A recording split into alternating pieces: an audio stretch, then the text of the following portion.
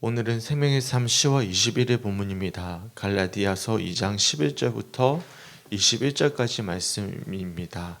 오늘 본문 말씀은 우리가 굉장히 잘 알고 있는 말씀이자 또한 많이 오해하는 말씀이기도 하고 또한 굉장히 우리 마음을 무겁게 할 수 있는 말씀이기도 합니다. 우리가 오늘 주시는 말씀을 통해서 본문이 주는 메시지는 분명하죠. 율법이 아니라 오직 믿음으로 말미암아 산다. 이 말씀 자체만으로 우리가 본다면 사실 굉장히 은혜가 되죠. 왜냐하면 정말 우리가 믿음을 가지게 된 것은 오직 예수 그리스도의 믿음으로 말미암아 사는 것이기 때문에 그렇습니다. 그렇지 않습니까? 우리가 무슨 자격이 있습니까?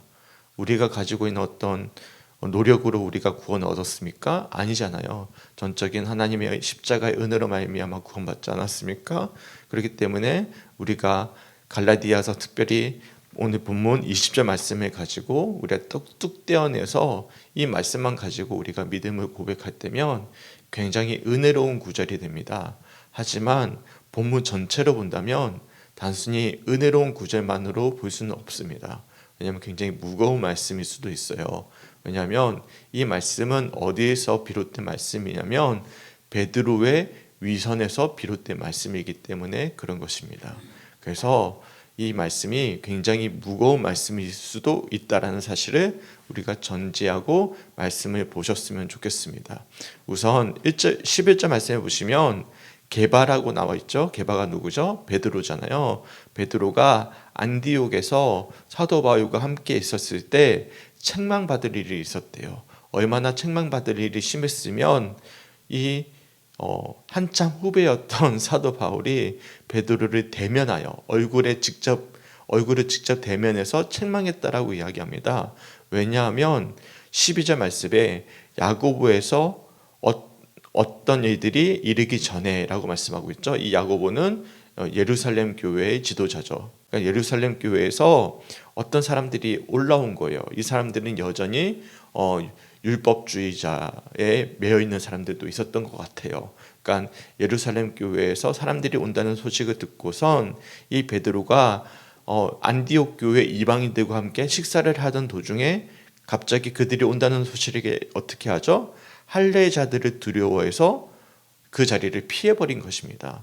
그러니까 베드로가 아무렇지 않게 자신은 이미 이 율법에서 벗어나서 오직 예수로 말미암아 구원을 받는다는 사실을 전했고 믿었고 그랬기 때문에 서스름 없이 이방인들과 함께 식사를 하고 있었지만 예루살렘 교회 교인들 중에 할례자들이 있다는 사실을 알고 혹여나 자신이 오해를 받을까봐 혹여나 자신이 공격을 받을까봐 두려운 마음에 외식을 하게 된 것이죠. 외식을 하고 그 자리를 피해버린 것입니다. 그 모습을 누가 본 거예요? 남은 유대인들도 보고선 그와 같이 외식하게 됩니다. 더군다나 사도 바울의 가장 중요했던 동력자였던 바나바도 13절 말씀해 보시면 그들의 외식에 유혹되었다라고 말씀하고 있는 것이죠. 그러니까 베드로가 갑자기 자리를 피해버리니까 그 자리에 함께하고 있던 유대인 출신의 그리스도인들이 함께 후다다닥하고 식사 자리를 피해버린 것입니다. 13절 말씀에 외식이라는 표현의 원어를 보면 위선이라고 나와 있습니다. 외식이 다른 뜻은 위선이라는 것이죠. 그러니까 위선을 보이게 된 것입니다. 그러니까 기독교인들에게 있어서 가장 무서운 것은 무엇이냐면 자기가 말하는 말과 삶이 다른 위선인 거예요.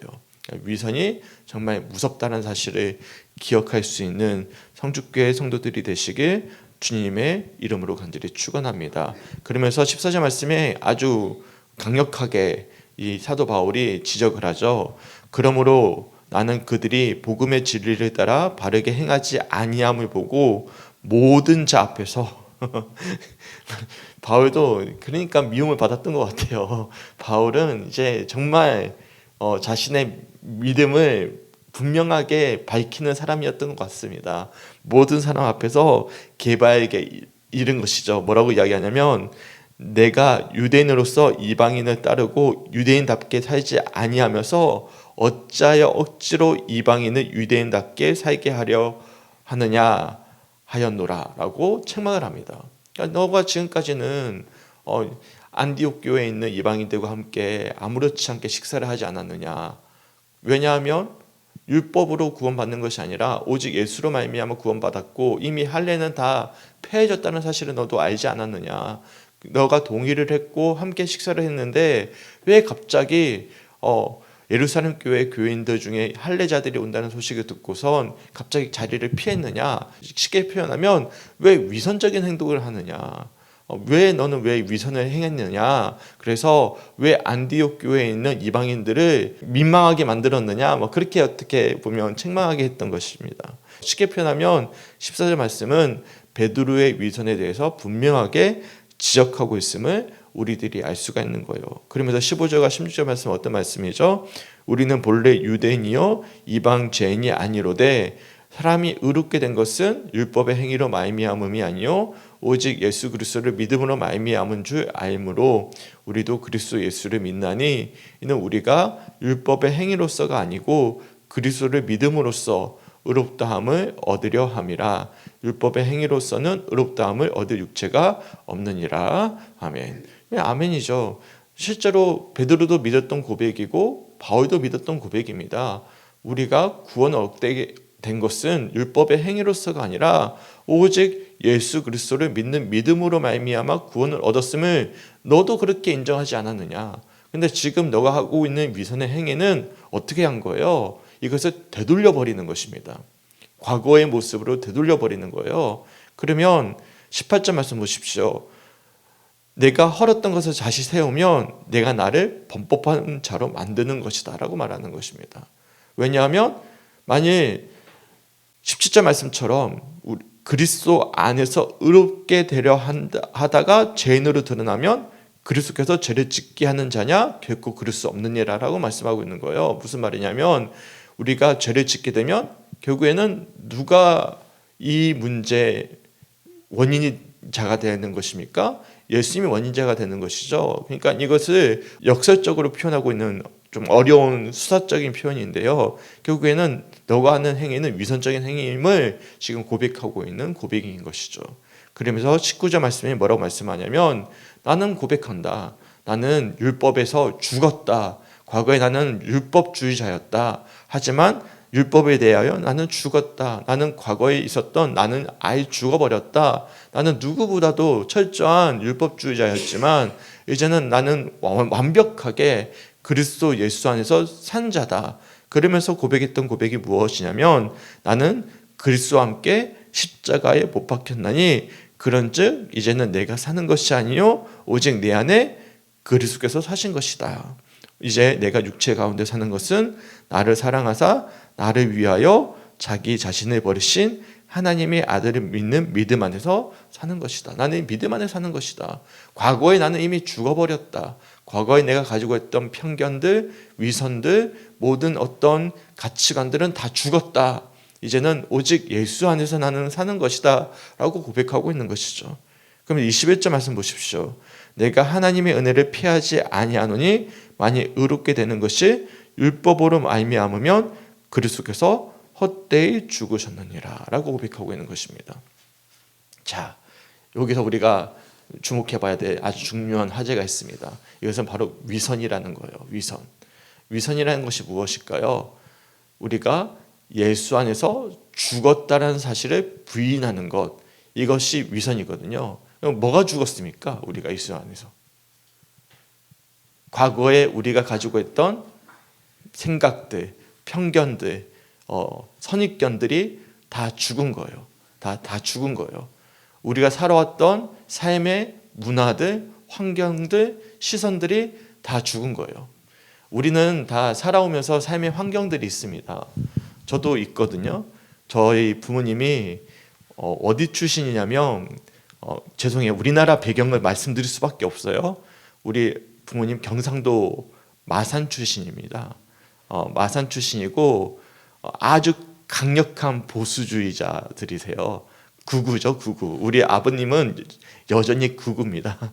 그 밑에서 제가 성장했기 때문에 저는 성향이 어떤 사람일까요? 극우주의자입니다.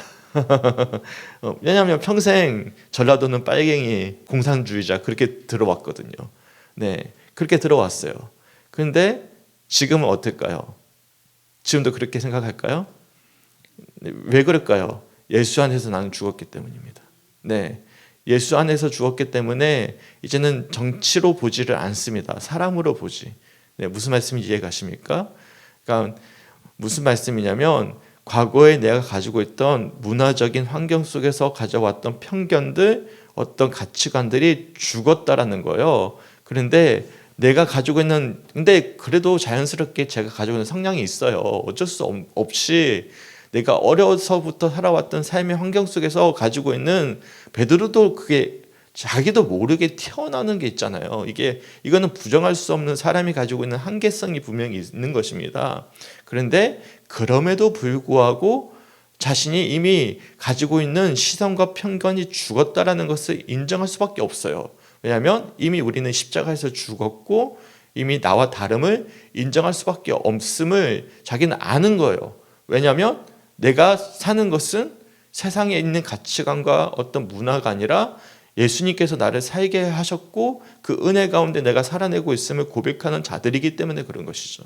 믿으십니까? 그렇기 때문에 나와 다름을 인정할 수밖에 없는 거예요. 사도 바울은 그것을 인정했고 베드로조차도 인정했기 때문에 무할례자들과 함께, 지금으로 치면 완전 적대자들, 그러니까 흔히 말하면 완전히 자기와 반대되는 정치의 입장에 있는 사람들과 함께 식사를 하고 있는 거죠.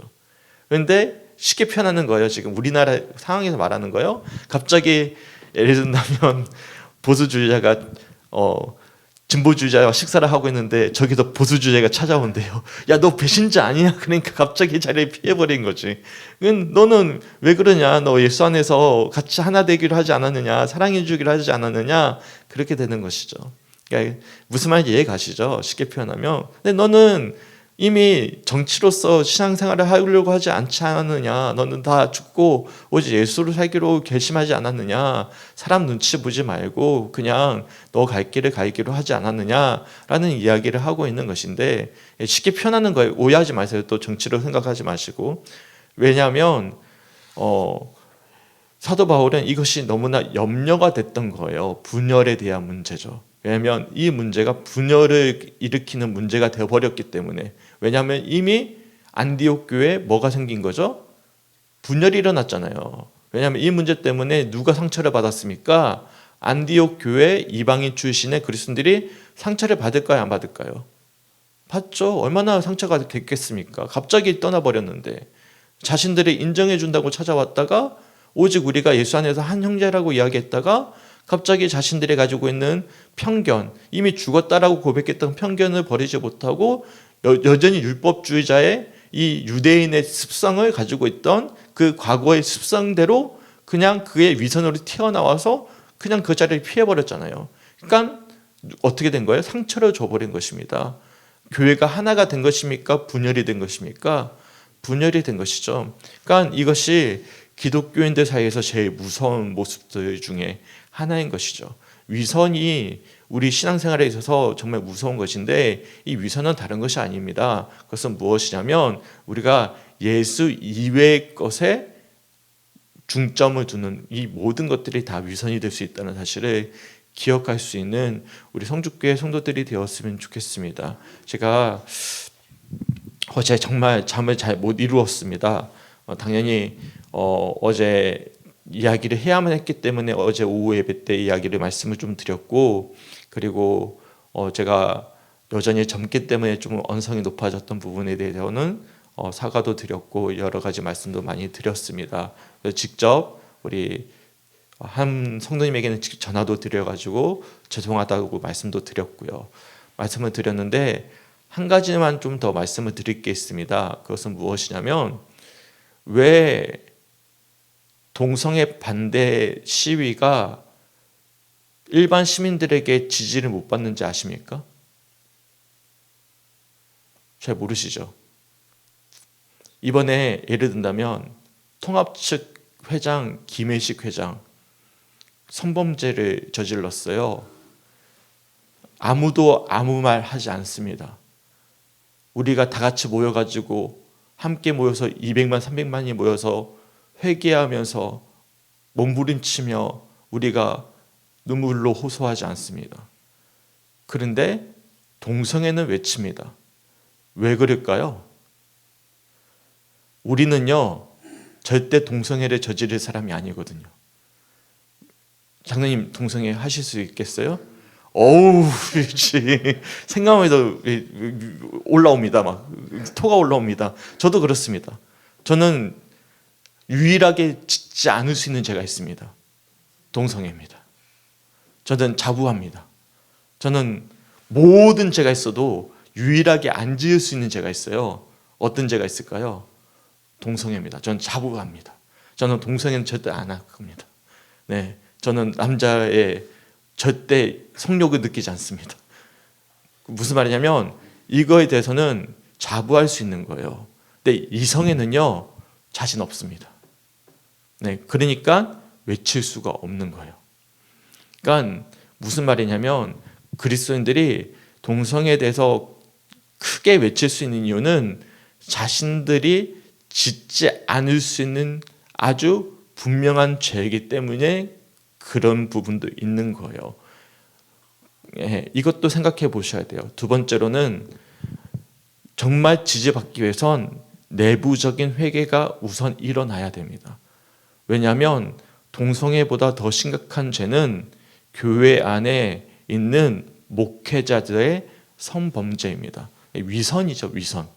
동성애는 외치는데 저는 그렇게 생각해요. 그 모임에서 동성애 외치면서 더 크게 외쳐야 될 것은 지금까지 한국교회 목회자들이 얼마나 많은 성범죄를 저질렀습니까?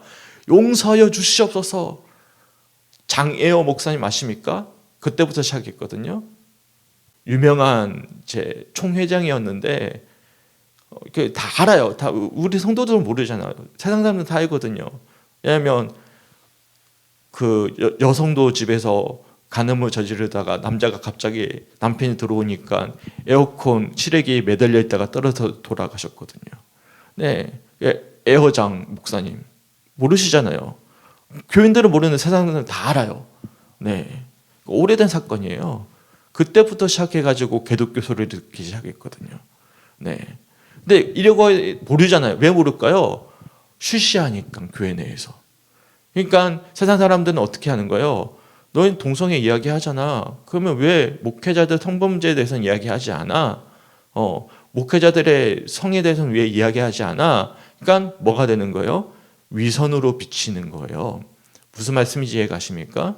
그러면 우리가 모여서 집회를 할 때 첫 번째 외쳐야 될 외침은 동성애를 외치기 이전에 교회 자성의 외침이 우선되어야 되는 것입니다. 우리가 예전에 함께 모여서 이런 모임이 한 번 있었습니다. 언제 그런 모임이 있었냐면 오카노 목사님이 살아계실 때였어요. 오카노 목사님이 살아계실 때 한국교회 부활절 무슨 기념을 해서 큰 경기장에 사람들이 다 모였어요. 그때 제가 잊지 못할 설교를 들었습니다. 그때 오카노 목사님이 어떤 설교를 하셨는지 기억나십니까? 한국교회 회개 설교를 하셨어요. 누군가를 정죄하는 설교가 아니라 한국교회가 먼저 회개해야 된다. 목회자인 자기 자신의 회개를 했어요. 내가 잘못했다. 내가 잘못했다라고 막 눈물로서 기도하시고 회개하고 설교하시는 거예요. 제가 그 설교에 너무 은혜가 되는 것입니다. 그러니까 말씀의 능력이 나타나는 것이죠. 네. 그러면 사람들은요, 알아요. 우리가 먼저 자성하고 우리가 먼저 회개하면 위선이 아니라는 사실이 드러나면 하나님은 역사하십니다. 예, 역사하시는 거예요. 당연히 동성애 반대해야 됩니다. 그만큼 더 우리가 회개해야 될 것은 우리가 쉬쉬하는 문제들, 감리교만 하더라도 그렇습니다. 감리교회 제가 말씀드릴 수 없는 전 땡땡 누구 목사는 저희 학교 출신의 목사님이신데 신학생들도 건드렸어요. 그런데 지금 감독도 나왔다가 성문제 때문에 그 문제 때문에 감독도 못하게 됐거든요. 그런데도 서울에서 제일 큰 교회 중에 하나의 목사로서 아무렇지 않게 목회를 하고 있고 이미 정별금을 20예배거는 이미 받아갔어요. 그런데 다들 쉬쉬합니다. 왜? 교회 내부적인 문제거든요. 말을 하면 어떻게 되는 거예요? 아예 공격받으니까 말을 하지 않는 것입니다. 그런데 이제 그 교회 분들은 또 밖에 나가서 뭐는 외치는 거예요? 동성애 반대는 외치는 거예요. 그러니까 이것이 세상 사람들이 봤을 때 뭘로 보이는 거예요? 기독교인들이 위선으로 비치는 거예요. 위선으로 비치는 거예요. 아무런 영향력이 나타나지 않고 기독교인들 너네는 동성애는 외치면서 왜 너희들의 자성의 외침은 없느냐라고 이야기가 되는 거예요. 이거는 우리나라를 지키고자 하는 외침으로 보이는 것이 아니라 너희의 기득권을 지키고자 하는 이기적인 집단의 외침으로 보이는 것입니다. 네, 저는 그런 모습들을 볼 때면 너무 마음이 아픈 것이죠. 그러니까 제가 오늘도 조금 예민한 말씀을 드릴 수밖에 없는 것이 하필이면 본문이 베드로의 위선에 대한 이야기가 이어졌고 저는 이야기를 꼭 드리고 싶었습니다. 어제 이런 말씀을 드리고 싶었는데 드릴 수 없는 환경이 되어버려서 넘어갔거든요. 근데 새벽은 제 마음이니까 새벽은 제 마음이니까 들을 분들만 들을 거니까 제가 말씀을 드리는 거예요. 그리고 우리 성도님들은 그래도 성숙하시니까 모두 다 성숙하시고 뭐 모두 다 포함이에요. 다 성숙하니 이해하실 겁니다. 중요한 것은 위선입니다. 그러니까 우리가 우리 자신이 이미 죽었다는 사실을 기억하시기 바랍니다. 그러면 나와 오해하지 마세요. 다름에 대해서 우리가 정죄하기 이전에 우리 자신을 먼저 볼 수 있는 믿음의 눈이 열릴 수 있게 주님의 이름으로 간절히 축원합니다. 동성애는 반대해야 됩니다. 하지만 그 이전에 우리 자신을 보십시오. 예수님이 뭐라고 말씀하셨습니까? 길에 가다가 여자를 보고 음욕을 품었네? 그것도 뭐예요? 동성애입니다. 동성애랑 똑같은 죄라고. 간음인데 그것도 똑같은 동성애라고. 동성애 죄나 간음이나 똑같은 죄입니다. 그냥 똑같은 죄로 취급을 해야 된다는 거예요. 동성애만 특별한 죄가 아니라는 겁니다. 동성애나 간음이나 우리는 동성애는 엄청난 죄고 길에 가다가 봤던 간음하는 죄는 그래 뭐 이거는 뭐 별거 아니지.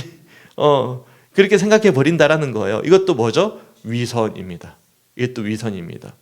예를 든다면 주식을 넣고 좀 내가 더 많은 돈을 얻고 싶은데 물욕이거든요. 물욕도 이것도 죄거든요. 근데 이거는 이거 충분히 내가 물욕 느낄 수 있지. 예를 든다면 잘못된 방법으로 예를 들면 불법을 저질렀어요. 나라법을 교묘하게 이용해서 잘못된 법을 사용했어요. 그것도 어떻게 보면 죄죠.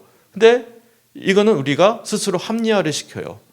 그런데 동성애는 또 달려보는 거예요.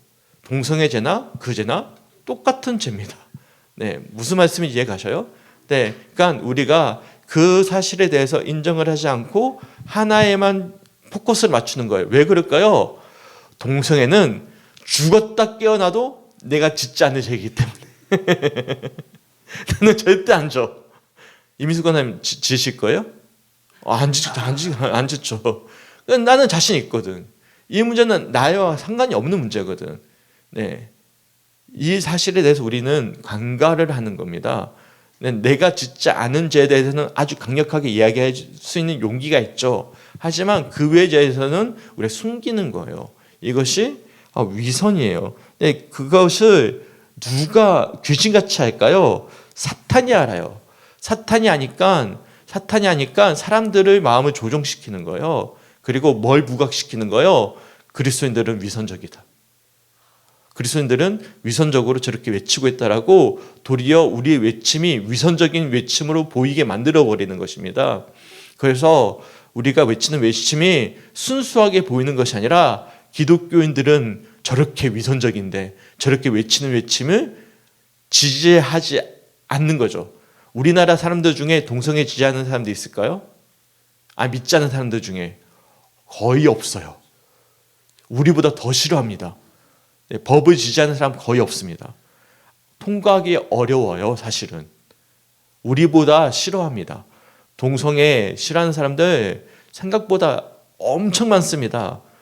감사하게도. 네, 무슨 말씀인지 이해가십니까? 우리만 싫어하는 게 아닌데도 불구하고 왜 기독교인들의 외침에 세상 사람들이 같이 호소해 주지 않을까요? 그 집회를 순수하게 보지 않기 때문에 그렇습니다. 그것은 무엇 때문에 그렇죠? 우리의 위선 때문에 그렇습니다. 그러니까 무슨 말씀이냐면 나는 죽었어요. 나는 죽었다라는 것은 나와 다른 이들에 대해서 내가 편견을 갖지 않는 것, 이것이 얼마나 어려운 문제임을 우리가 말씀을 통해서 기억하셔야 됩니다. 저도 되게 어려워요. 너무나 어렵습니다. 저도 어려워요. 그래서 저도 매일 나를 죽입니다. 왜냐하면 저도 성향이 있잖아요. 제가 앞에서 말씀드렸잖아요. 저도 성향이 있고 목회자로 살아가면서 한쪽으로 기울 수밖에 없잖아요. 기울지 않고 중립에 서서 오직 예수의 마음으로 사랑하고자 하는 것이 얼마나 어려운 일인지 아십니까? 장로님, 저 장로님 사랑하잖아요. 장로님보다 덜 사랑하는 분이 교회에 있을까요, 없을까요? 어떻게 하세요? 그 사람이니까 그럴 수 있지. 있죠. 네. 그러면 어떻게 해야 되죠, 제가? 그러면? 그렇죠. 그러면 어떻게 해야 돼요? 나를 죽여야지. 네, 무슨 말인지 이해가십니까? 나를 죽여야지. 예수의 사랑을 똑같이 사랑해야지. 그렇지 않고 내가 누구 한 평만 더 깊이 사랑하면 됩니까? 안 되죠. 그러면 저는 목회자로서의 그리스도인의 자격이 있는 거예요, 없는 거예요? 자격이 없는 거지. 네. 그래도 기울 수밖에 없는 게 사람의 마음이긴 해요. 저는 장로님 사랑하는데 누구는 덜 사랑할 수도 있는 거예요. 관심이 덜 갈 수도 있는 거고. 그럼에도 불구하고 저는 이것을 죽이는 거예요. 네. 무슨 말씀인지 이해가십니까? 네.